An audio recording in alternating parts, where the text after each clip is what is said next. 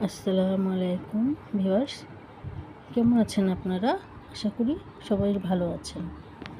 আজকে আমি নিয়ে এসেছি একটি নকশি কাঁথা।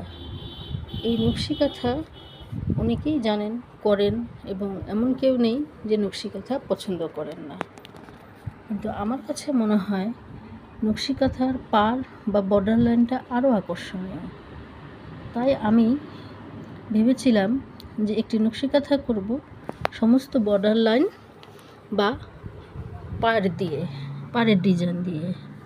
তো দেখুন, আমি অল ওভার কাঁথাটি করেছি প্রত্যেকটায় একটা যেন নকশি কাঁথার পাড় বা বর্ডার লাইন। আমি ধীরে ধীরে প্রত্যেকটা নকশা আপনাদেরকে দেখিয়ে দিচ্ছি। আপনারা দেখেন, এই যে দেখেন, এটা প্রায় হাসিয়া সেলাইয়ের মতো। এই দেখেন, এভাবে করে প্রত্যেকটি লাইন আমি দেখিয়ে দিচ্ছি।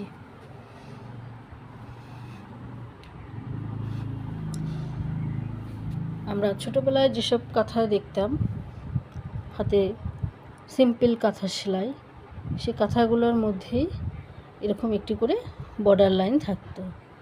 সেই আইডিয়া থেকেই আমি ভেবেছি যে আমার এমন একটা কাঁথা তৈরি হোক যেন সবগুলো বর্ডার লাইন এক কাঁথার মধ্যেই জমা থাকে। তারপরেও অনেক অদ্ভুত সুন্দর হয়েছে আমার চোখে। আপনাদের কাছে কেমন লাগবে জানি না। আপনাদের কাছে ভালো লাগলে অবশ্যই কমেন্ট করে জানাবেন। আর যারা নতুন ভিউয়ার্স আছেন তারা অবশ্যই লাইক, কমেন্ট এবং শেয়ার করবেন, বেশি বেশি করে শেয়ার করবেন। আমি আগামীতে যেন আরও নতুন কিছু আপনাদেরকে উপহার দিতে পারি।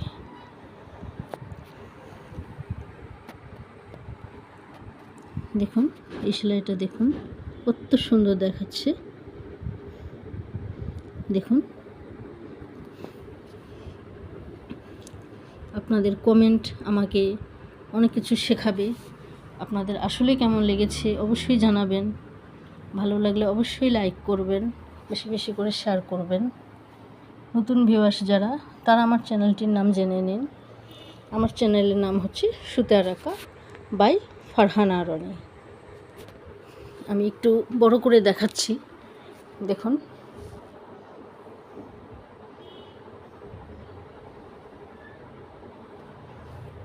এই যে দেখুন,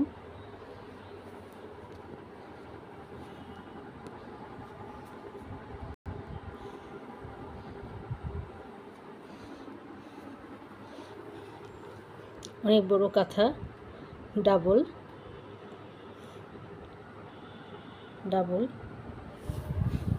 সাইডে আমি একটি কাপড়ের পায়ের ব্যবহার করেছি। অনেকে কুশি কাটা দিয়েও করে, আমি এখানে স্যাম্পল কাপড়ের পায়ের ব্যবহার করেছি একদম।